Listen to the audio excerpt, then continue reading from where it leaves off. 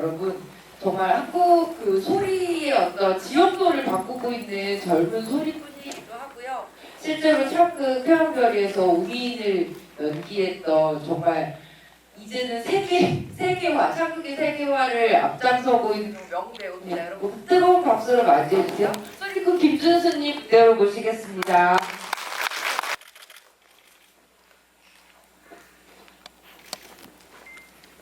네, 예, 김준수님 인사 말씀 부탁드릴게요. 네, 안녕하세요. 저는 한소리하는 소리꾼 김준수이고요. 또 국립창극단에서 창극배우로도 활동하고 있는 김준수입니다. 네, 반갑습니다. 여러분 뜨거운 박수 부탁드리겠습니다. 진짜 저 최근에 이렇게 그냥 꽉 채워주신 관객분들 뵙는 거 오랜만인 것 같아요. 진짜 감사합니다. 자, 여러분 좀 긴 영화지만 재미있게 보셨죠? 네. 이 영화를 어떻게 재미있게 봤다는 표현이 정확한지는 잘 모르겠어요. 그게 가슴 아픈 이야기이고 마음에 울림이 굉장히 큰 작품이라서 여러분들 여러 가지 생각이 지금 교차하실 것 같다는 생각이 듭니다. 이 편별이 이 오리지널 같은 경우는 5월 1일 개봉해서 한 편째 작품인데요. 진짜 이 코너스코가 극장이 좀 더 폭탄 상황에서도 10만 명에 가까운 관객들이 보셔주신다는 것 자체가 영화의 힘이라는 생각이 좀 들었고요. 오늘도 그 이야기를 김준수님과 함께 할 수 있어서 저는 진짜 너무 영광입니다.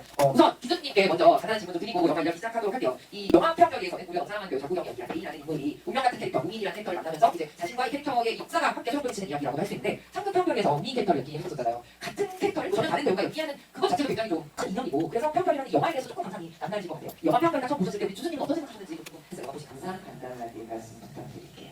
네, 저는 마이크. 네, 저는 창극단에서 이제 창극 편별을 했었을 때 이 영화를 조금 접했었습니다. 그래서 아무래도 제가 극 중에서 맡았던 이 우민의 역할을 좀 더 디테일하게 조금 표현하고 싶어서 장국영 씨의 연기를 조금 더 유심히 보고 그분이 하고 있는 연기에 대한 감정선이라든지 이런 것을 좀 더 유심히 봤었어요. 그리고 또 경극의 태양별의 영상을 제가 유튜브에 검색해서 또 찾아보기도 했고 열심히. 근데 이제 그간에서의 장국영 씨의 어떤 감정선도 그렇지만 눈빛과 그리고 정말 경극 배우들이 쓰는 몸 동작이라든지 그런 것들을 조금 더 유심히 보면서 눈물을 흘렸던 영화를 보면서 눈물을 흘렸거든요. 그래서 아마도 그 영화를 보면서 좀 많이 헷갈렸었어요. 장국영 씨가 정말 이 영화에서 연기를 하고 있는 게 아니라 마치 진짜 본인이 겪고 있는 본인의 삶 같은 느낌이 들었거든요. 맞아요. 그래서 아무래도 그 마음을 충분히 다 이해할 수 없겠지만 그 영화를 보면서 이 사람이 어떤 감정으로 또 어떤 마음이었을까를 생각해 보니까 눈물이 정말 많이 나오더라고요. 그리고 또 내가 그간에서의 내 상대요.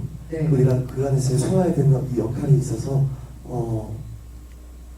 조금 더 그 마음을 느껴보고자 많이 노력을 했던 것 같아요. 사실 준수님께서 관객과에 대한 처음이셔가지고 이 이벤트 자체에 대해서 많이 기상과 공부해서 이렇게 하거든요. 말도 안 되는 소리 하시고 이렇게 말씀 잘하셔서 관객과에 대한 아저씨를 먹고 사시려고 하셨다는 거 근데 이 옆에 지금 장국영 배우가 연기한 아무런 설명 없이 그냥 이 사진 한 장, 이 영화 속에 나오는 수많은 장국영 얼굴들을 스티커스로만 보아도 이 인물의 어떤 상태가 그대로 고스란히 느껴지는 굉장히 마음 같은 힘이 있는 그런 캐릭터라는 생각이 들어요. 그것은 이제 중국의 부사에서 나온 이야기이기도 한 이평변이라는 이야기가 가지고 있는 시대를 뛰어넘는 사랑의 감정 그리고 그것을 또 이 중국 현대사랑 맞물린 영화가 가지고 있는 힘 그리고 하나는 이걸 이제 다음 세대의 관계자 예술가들이 이 영화를 보면서 거기에 대해서 영감을 얻어서 자신의 방식으로 표현하는 이 역사성 자체가 이평변이라는 이야기가 가지고 있는 힘에서 비롯되지 않을까 생각이 듭니다. 사실 저는 이평변이라는 이 영화를 보기 전에는 경극이죠. 우스꽝스럽다는 생각을 하기까지 했어요. 물론 제가 어렸을 때 얘기는 했지만 너무 고음으로 뭔가 저게 뭐랬나 이런 생각이 들 정도로 그런 모습이었는데 이 작품을 보고 나서 오히려 경극이라는 게 무엇인지에 대해서 호기심이 생기고 궁금해지고 보고 싶고 예술로서의 가치를 벌써 느끼게 됐었거든요. 교수님 약간 그런 경험을 하셨을 것 같긴 해요. 창극 편별이를 하셨고 근데 중국의 경극 편별이는 너무나 유명한 작품이고 그 문제는 두 작품이 같은 이야기를 하지만 소리의 형태가 다르잖아요. 소리의 작업방식이 다르잖아요. 그래서 다른 소리로 같은 이야기를 한다는 것 자체가 좀 어려운 일이었을 것 같기도 한데 그 두 개를 좀 비교해서 설명해 주신다면 어떨까요?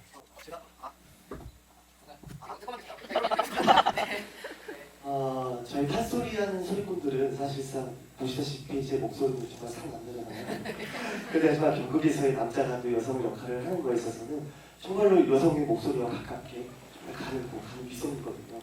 그걸 표현하기 있어서는 조금 더 그간에서의 캐릭터가 이질감이 들었을 수 있겠지만 우리 창극으로 가져왔을 때 이야기를 풀어냈을 때 가장 우리가 소리화시키는 게 가장 중요했었고 그리고 또 그것을 표현했을 때 경극을 따라하는 게 아니라 우리의 창극의 소리는 이렇다라고 보여드렸는 게 가장 첫 번째 중심이지 않았나 생각이 들어요. 그래서 경극의 전통은 모든 남자 배우들이 다 역할을 맡아서 했다라면 창극의 또 전통을 봤을 때는 남자가 여자 역할을 하지 않았었거든요. 하지만 요즘 시대에 이 창극을 흘러가는 어떤 여러 가지 다양한 시도를 하면서 남자가 이런 여자 역을 맡을 수도 있고 그래서 많은 변화들이 일어나고 있는 것 같아요. 뭐 어떻게 보면 여러 가지 방식의 젠더프리들이 계속 네. 젠더프리가 도전되고 있는 것 같기는 한데요. 이 이야기 자체가 굉장히 짙은 엄청이 아니었어요. 그런 점들도 있어요. 네. 네. 이 표현이라는 이야기 자체가 어떻게 보면 너무 비극적인 사랑의 이야기를 갖고 있는 거고요. 그 사랑의 이야기를 고스란히 내안으로 가지고 온 배우의 삶 역시도 그 비극적인 사랑으로 흘러가는 그런 이야기인데, 자, 교수님께서 일단 이 우민이라는 캐릭터를 연기하는 이 캐릭터에 대한 분석을 주실 거고, 이 인물은 어떻게 연기를 해야 관객들에게 더 깊은 감동을 줄 수 있겠다라고 생각하셨을 거예요. 우선 무대에 섰을 때 가장 첫 번째로 생각했을 때 나는 남자가 아니다라고 생각했어요. 그리고 그간에서의 정말로 내가 살아가는 한우를 바라봤을 때의 눈빛이라든지 그리고 나의 마음까지 그런 것들이 우선 내가 조금 더 그간에 집중을 해야 몰입을 해야 되기 때문에 뭐 간지였다 이런 것들에 대한 생각들을 조금 더 머릿속에서 과감히 적고 정말 그간에서 이 남자를 사랑하는 게 아니라 정말 사람을 사랑한다는 그런 마음으로 작품을 있었고 그리고 그러니까 사실 그간에서 집중을 정말 잘 되더라고요. 오히려 더. 네. 네. 그리고 또 이제 우민이 갖고 있는 남자가 역할을 연기하다 보면 여성적인 어떤 섬세함을 따라가기는 사실 힘들 수도 있다고 생각해요. 네. 그래서 저는 오히려 그런 섬세함 그리고 그 감정선이라든지 그 연기선을 조금 더 장구경 씨를 보면서 많이 공부를 했던 것 같습니다. 그렇죠. 그 카메라에서 이제 줌해가지고 네. 얼굴을 크게 보는 어떤 눈빛이라든지 네. 그리고 어떤 마음이었을까 그런 마음들을 조금 더 유추해보면서 조금 더 집중하려고 노력했던 것 같아요. 이 영화에 대한 문학의 여러분들 소개를 드릴게요. 잠깐 여쭤보고 가세요. 이 편이 오리지널을 지금 극장에서 보시기 이전에 나는 본 적이 있다. 다윗이 버전. 그러면 나는 이게 처음 보셨다. 나는 극장에서 처음 보셨다. 한 3대 2 정도고, 이 보신 분들이 다 처음 보셨는데 이 정도의 비율인 것 같은데, 일단 저는 이 정도 굉장히 놀라운 것 같아요. 이미 보신 영화를, 아는 영화를 다시 한번 극장에서 보기 위해서 발걸음을 했다는 것 자체가 이 영화를 일단 큰 화면에서 봤을 때의 감흥을 작은 화면에서 보는 거 따라할 수 없다. 그거 따라할 수 없다고 생각하시기 때문에 그 믿음으로 오시는 것 같아. 이 작품이 처음 극장에서 개봉한 게 1993년 4년이고요. 또 칸 영화제에서 피아노 당시에 되게 이례적으로 피아노와 함께 화금 조작 공동 조작을 했던 작품이었어요. 그런데 문제는 이 걸작이 당시에 중국 사람들이 보기에는 여러 가지 의미가 너무 불편했던 거예요. 자신들의 문화혁명이 얼마나 이 문화와 인간성 그 자체를 탄생했는지를 너무 역시하게 보여주는 작품이기도 했고, 그리고 이 동성애의 사랑에 대해서도 중국 사람들은 그것을 마치 불법인 것처럼 이야기를 했던 거죠. 이것에 대해서 사람들이 많이 수치는 것 자체를 두려워했던 시대이기 때문에 많은 여러 가지 장면들이 사실 다윗이라는 장면을 해석도 어쩔 수 없이. 그런데 지금 이 디지털 일러스트만 하기도 했고, 과거에 상세 버전까지 이번에 다시 영화 진짜 영화 스크린에 보여주는 것도 처음이라서 그런 의미에서는 이 작품이 또 한 번 정말 이기고했다, 부활했다고 말씀드릴 수도 있을 것 같아요. 이 책할 감독은 이 형벌이를 만들고서 정말 본격적으로 중국에서 영화보다 이라는 칭호를 받았었고, 인간의 단순히 어떤 사건이 아니라 역사, 거대한 역사와 한 개인의 어떻게 보면 사적인 사랑이라는 이 두 가지 이야기를 너무나 유기적으로 모든 사람이 공감할 수 있는 이야기를 만들었다는 거예요. 특히 그 당시까지만 해도 동성이 사랑한다는 그 감정이 무엇인지를 설명했었어야 되죠. 혹은 그것이 맞다라는 얘기가 되어지는 이런 상황에서도 누구나 이 작품을 본다면 개인의 사랑을 이해할 수밖에 없는 작품을 만들었다고. 여러 가지 의미로 굉장히 전설적인 작품이 됐고 지금까지도 전설이 살아서 이어져 오고 있다는 생각이 듭니다. 저는 아까도 말씀드렸지만 이 작품이 좀 놀라운 점 중에 하나가 중국 역사를 모르고 거북이라는 것이 무엇인지에 대한 어떤 아무리 없어도 저거 너무 아름답다라는 생각을 좀 하게 만드는 점에서 이 작품을 보면 아이들 때부터 기숙학교에서 예술을 가르치고 그것들을 마스터를 만드는 가정들이 또한 많이 나오잖아요. 이 교수님께서도 되게 어린 나이에서 소리를 시작을 하셨는데 그런 것들이 좀 보였어요. 이 마스터 섹터들은 어떻게 보면 자기가 할 말로 예술 세계에 발을 들여놓은 예술들이고 재능들이지만 교수님은 진짜 어린 나이에 소리라는 것의 매력에 빠져서 나도 소리를 해야지 생각하신 거잖아요. 그러니까 어린 나이 예술을 접하셨을 때 그 어떤 계기가 됐던 이야기 같은 것들이 있을까요? 좀 들려주신다면? 어렸을 때 이제 제가 국악이라는 거는 사실 국악인지 모르고 접했었고 그때 이제 음악 시간에 초등학교 4학년 때 선생님이 가르쳐 주셨던 국악통 따라하다가 자 다른 학부들에 비해서 이런 국악적인 식임새를 잘 따라해서 저보고 그냥 이거 가르쳐 주셔서 학교 대표로 우연히 대회를 내보내게 된 거예요. 11살에 식임새를 하셨다는 거죠? 네, 그래서 이제 그런 식임새를 잘 따라하고 구사하니까 네. 그래서 이 친구가 뭔가 국악적인 재능을 갖고 있구나 라는 거에 선생님이 어떤 그런 재능을 봐주신 것 같아요. 그래서 그 대회에 나갔었는데 정말 판소리하는 누나의 소리를 듣게 된 거예요. 진짜로 소리를 하네. 네, 그래서 그 소리를 듣고 근데 그 소리를 처음 들었을 때 뭔가 가슴이 확 꽂히는 그런 애절하고 그리고 어떻게 사람 몸에서 그 목소리에서 저런 사람의 마음을 건드릴 수 있는 어떤 그런 감성이 있는 음악일까라는 생각이 들었었거든요.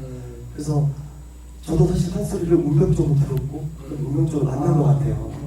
네, 그래서 그렇게 판소리를 시작한 계기가 됐었고 이걸 선택하면서 힘들었던 과정도 있었죠.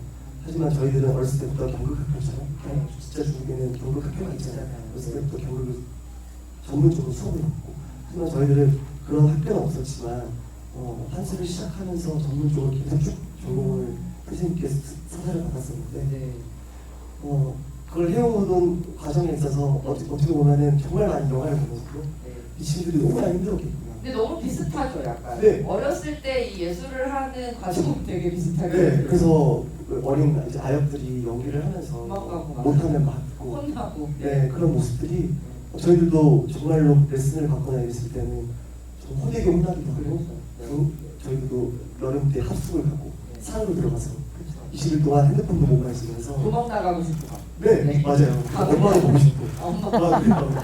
그리고 산속에 들어가서 아무것도 못한다는 거에 있어서 좀 답답함도 많이 느꼈었고 근데 그런 혹독한 훈련 과정이 있었기 때문에 사실상 그런 것들을 버티면서 네. 그런 것들이 쉽지 않잖아요. 그럼요. 예.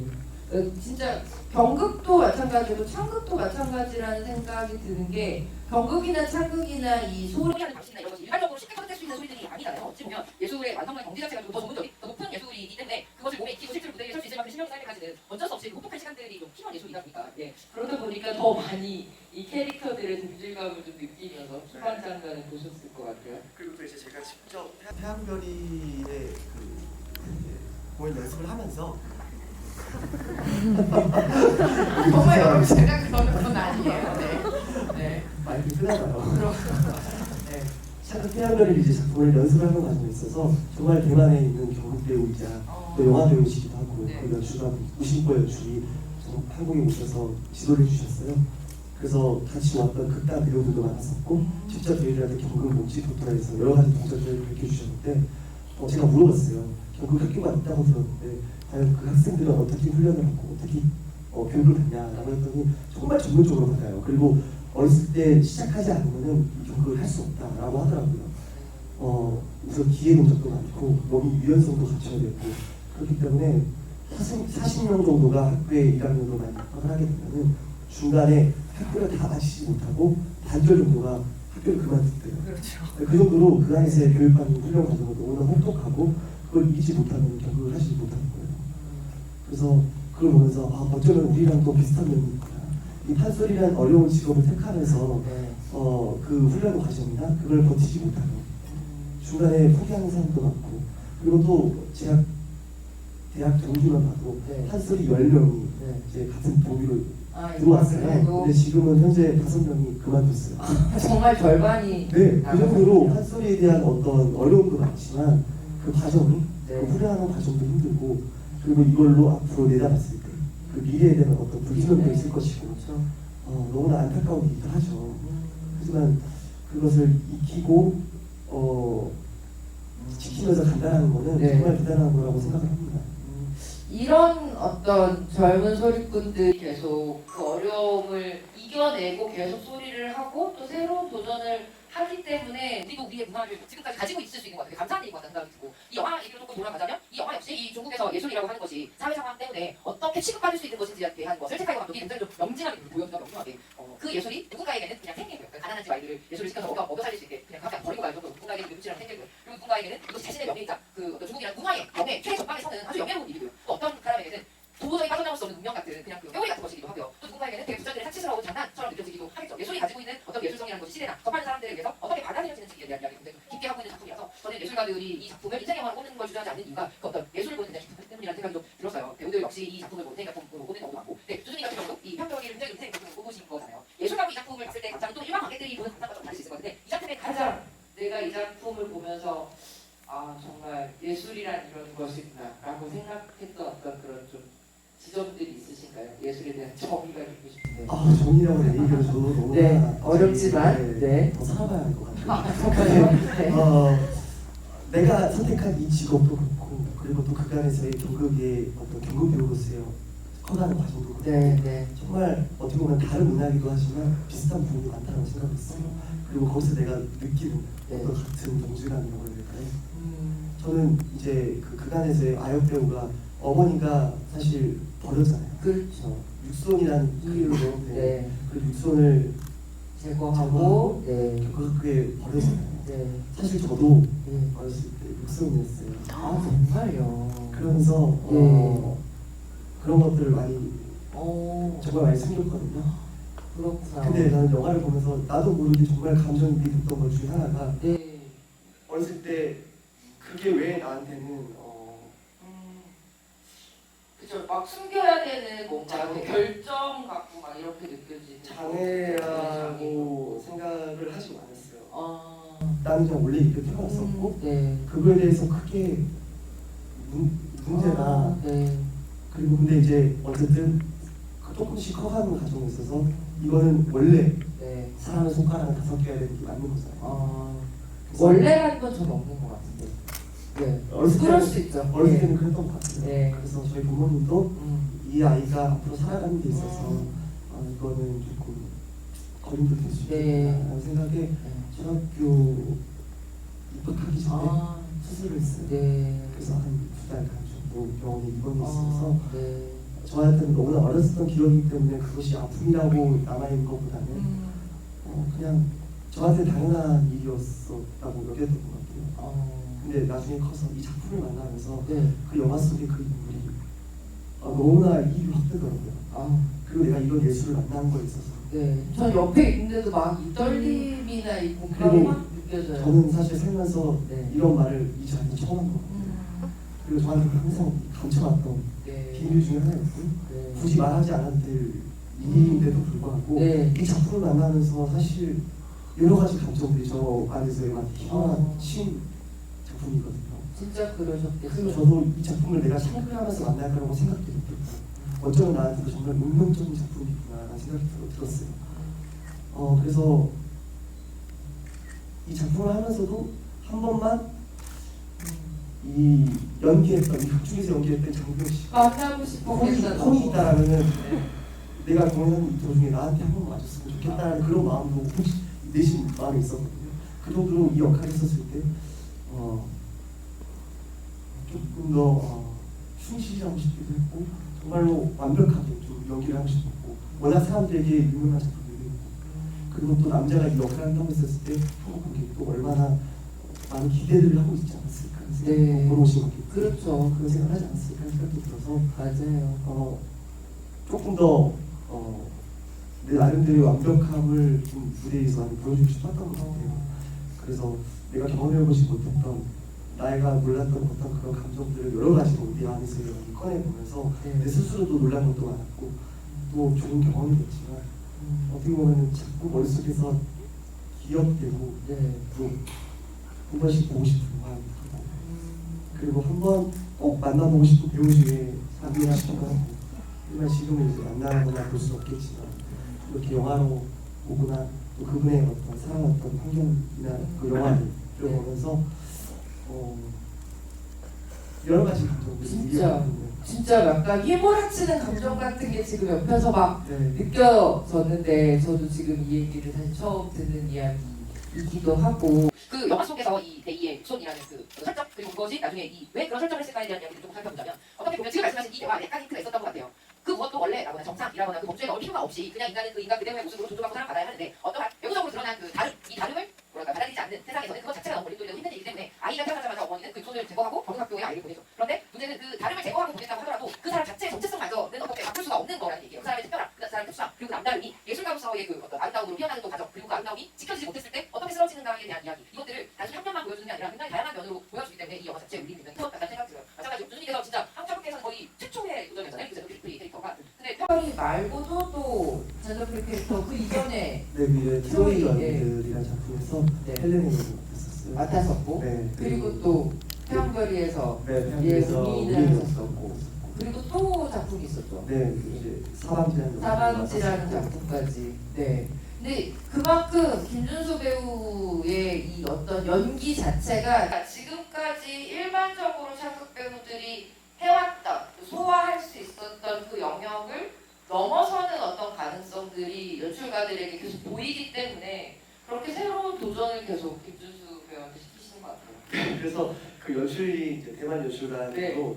저에게 왜 이런 우민 역할을 네. 맡기셨을까? 생각 되게 컸어요. 왜냐면은 네. 경극이 아니고 창극이기 때문에. 그렇죠, 그렇죠. 근데 저한테는 너는 이 역할을 할 수 있을 만큼 어떤 가능성이 있는 배우다라고 저한테 말씀해 주시더라고요. 그래서 내가 그만한 사람인가라고 생각해봤을 때 나는 이런 주신 이런 믿음 만큼 내가 이 작품을 잘 해내고 싶다라는 네. 제 안에서의 욕심도 있었던 것 같아요. 그리고 연습을 하는 도중에서도 너는 한국의 메란방이 될 수 있다. 이렇게 저를 엄청 기운을 북돋아 주셨고 네. 그리고 또 이 작품이 끝나고 나서 경극에 대한 매력이 빠졌고 네. 그래서 작품이 끝나고 나서 정말 대만으로 제가 여행 겸 네. 가서 경극을 봤어요. 보셨어요? 네. 아 진짜. 경극 관람을 했었고 네. 정말 그 경극이라는 거를 그리고 또 극단 배우기 네. 저희를 지도해주던 극단의 네. 연습실에 찾아가서 네. 그들이 연습하는 그 과정들을 보시고. 보면서 네, 직접 보고 여러 가지의 진짜로 경극을 많이 보기도 하고 연습 과정도 갖고 그래서 이분들도 이 예술을 하기 위해서의 그 독특한 네네. 훈련과 그렇죠. 노력이 네. 있었는지에 대한 것들이 정말 가늠할 수 없더라고요. 맞아요. 그래서 저의 돌아와서도 저의 네. 이제 앞으로의 차를 대한 나의 마음가짐이라든지 내가 지금 하고 있는 예술에 대한 마음가짐이라든지 네. 조금 더 달리 먹고 저에게는 정말 특별한 계기가 또 됐었죠. 네, 아 진짜 장르가 무엇인지와는 별도로 이 예술이라는 삶 안으로 들어가서 사시는 분들의 이 동질감과 지금 마치 저는 이 영화 속의 인물 중에 누군가 하나가 제 옆에 나와서 이야기를 해주시는 것 같은 굉장히 기이한 기시감이 좀 들어요. 그만큼 여러분들도 좀 같은 되게 묘한 감정 같은 걸 느끼실 수 있을 것 같은데 제가 너무 이야기에 빠져가지고 우리 김준수 배우님께 박수 한번 드렸으면 좋겠다는 말씀 못 드렸는데